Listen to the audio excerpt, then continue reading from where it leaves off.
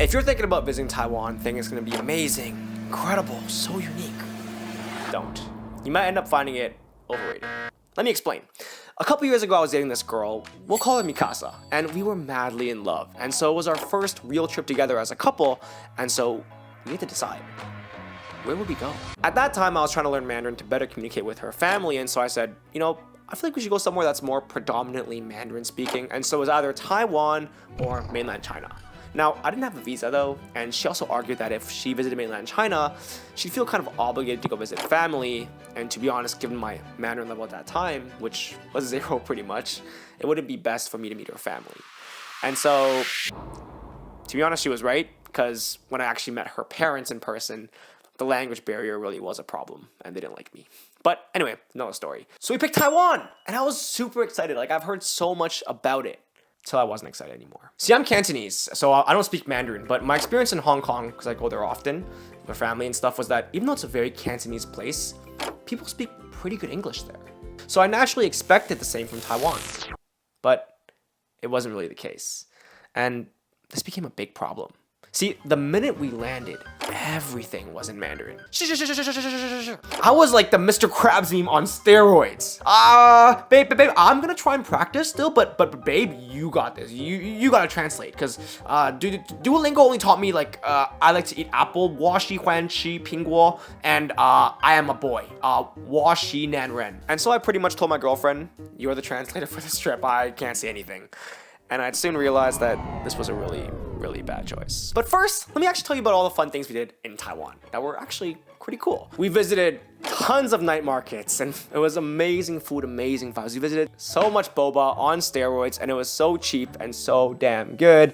We visited Tailuge National Park, which is absolutely phenomenally beautiful, by the way. We visited Tainan, Sun Moon Lake there, and it was actually so wonderful. Like, it's beautiful. We visited a bunch of museums that were really nice. And she organized everything, like Taitung, Taipei, Tainan, like she just brought us everywhere. We visited all the main spots, and she found all the cool hidden spots, and we did a lot of fun stuff.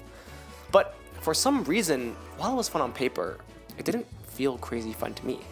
Like, it just kind of felt like I was like doing things and checking off a list, but there was no real connection or engagement. One of the things that I like doing when traveling is meeting locals. But since all the locals there speak Mandarin, I couldn't really meet anyone. Because, she did.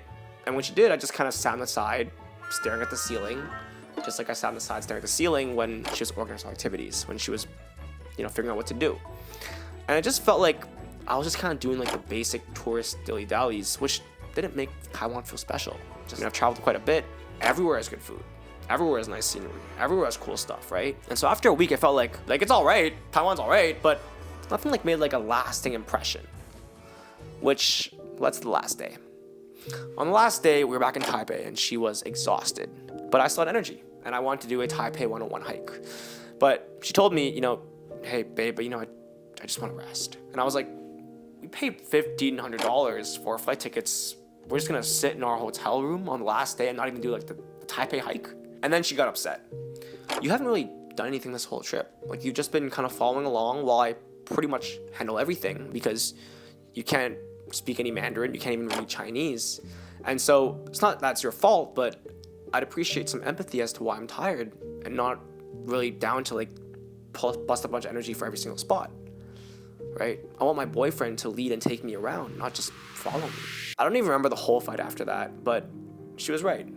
Like, it wasn't my fault. Like, I expected her to have like limitless energy when I unexpectedly gave her an entirely new job on vacation, right? She was here to relax, but now she's out translating and leading me around the entire trip. I can't even order food without her. I can't even like get on a bus without her. I can't even figure out how to get from A to B without her. I can't even ask where the bathroom is. I can't even get a drink. And on top of that, I didn't really want her to leave my side often, because people always come up to me when I'm there and I look Chinese, so they just start talking to me in Mandarin. And when I can't reply, it's a little bit awkward and embarrassing. And so I always made sure I had her around. When she told me she felt that way, it made me feel crappy, like powerless, kind of like incompetent. Like, how could I let my girlfriend feel these things when this is supposed to be a fun vacation for both of us, when she's supposed to be relaxing, not playing the role of a tour guide. Like, why couldn't I speak Mandarin? Like, I've been trying to learn, I've been trying to figure it out. It's been months now, almost years to be honest. Like, was I too dumb to learn? It's not like I wasn't trying, right? I was playing with the apps. You know, my mom paid thousands of dollars for tutoring. I was going to classes, but it just never stuck. The worst part was that after the tense fight, you know when like you have an argument, but you're still in front of each other, so it's kind of weird, and so you want to step out? Well, I wanted to go out, but I couldn't really navigate anything without her. I couldn't speak the language. I couldn't read the signs. I couldn't even order food. So we just spent our whole last night of our trip unhappy in that hotel. And so in the end, I had a really negative association with Taiwan from that. I was just like, you know, it's cool, like there's cool boba, whatever, but like, I mean, there's good food everywhere, right? There's good food in Asia too. I can get the same food in Toronto, but it just, that feeling of being in a place where you can't connect with anyone, it's not a good feeling. Especially when you look like everyone and they assume that you can. It just makes you feel not good about yourself. Fast forward a couple years later, when I started dating, ironically, a Taiwanese girl, my ex and I actually broke up, not necessarily from the trip, but you can see more about that in this video here, but with my new girlfriend. And so naturally, when it came time for trip planning, the first thing was, let's go to Taiwan, babe. She wanted to show me Taiwan because, I mean, she's from there. And I'm not gonna lie, I was a little hesitant at first, right? I had a really negative association with that place. But, I mean, I was fluent in Mandarin now, which, by the way, I got fluent in Mandarin. Like, don't want to take up too much time telling you how, but basically I just found a method that works really well to help Cantonese speakers like me, who like specifically can't read or write, learn Mandarin. But anyway, with, you know, being fluent in Mandarin now, maybe it'd be different, right? So we went there, and I quickly realized, it's the same. The food was good like last time. It was insanely clean, super convenient, amazing public transportation, you know, shopping heaven, bubble tea utopia, your dollar goes far, but I had that last time. And to BH, that's pretty much all of Asia. But after a couple days there, something happened, and that made it completely different from my experience last time. One thing that made it so that when I talk about Taiwan now, all those things I mentioned, boba, cheap, food, whatever, those are like the last things I mention. To be honest, I don't even mention those. Because, see, sure, those are cool, but like I said, those were there the first time I went to Taiwan, and anywhere in Asia has that, to be honest. Like, your dollar goes far everywhere in Asia. But after spending over 2 months there, being able to speak to locals now, I realized that all that stuff is the surface level of Taiwan. And like I said, like, surface level, boba, whatever, you can find that everywhere in Asia. But what I realized is so unique to Taiwan, and really the first words I'd use to describe it now is 热情 or 热情, warm-heartedness.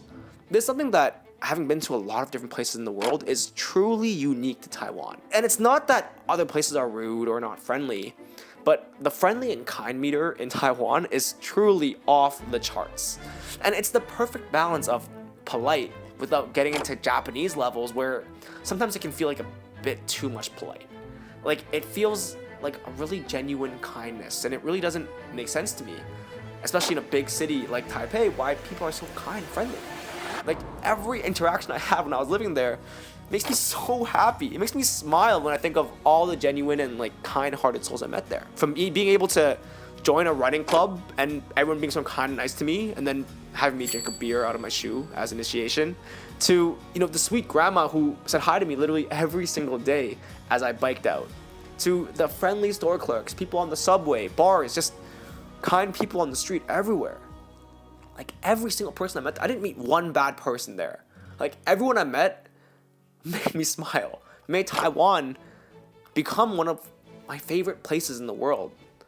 And I literally, I've said after that trip, I was like, I gotta come here every single winter. Like, I truly cannot even begin to describe it. Like, you can't describe that feeling of connection, of like warm-heartedness, of just like being able to, you have to experience it. Here's the thing though, like I never would have gotten that POV if I hadn't learned the language. I never would have gotten such an amazing life experience if I just stayed the same way I was back then. Only being able to speak in Cantonese, not being able to talk to locals. Especially in a place where I look just like everyone else, and everyone else just assumes I speak the local language because of the way I look. Being able to actually meet that expectation, it's so rewarding to be able to speak and feel that sense of connection. And so going back to it, like, do I recommend Taiwan if you can't speak Mandarin? Yeah, it's a great place, safe, good food, fun, bustling. It's cool. It's not like a must go. You know what I mean? It's like a, oh, yeah, that's cool. Like, visit Hong Kong. Cool. Okay. All right. Sure. We'll add Taiwan to the list. Whatever. Right? You know, it's like, it's not like I have to go there. But do I recommend visiting Taiwan once you can speak Mandarin? Abso-freaking-lutely. Like, I love that place. I'm not kidding. I'm literally planning to go there every single year.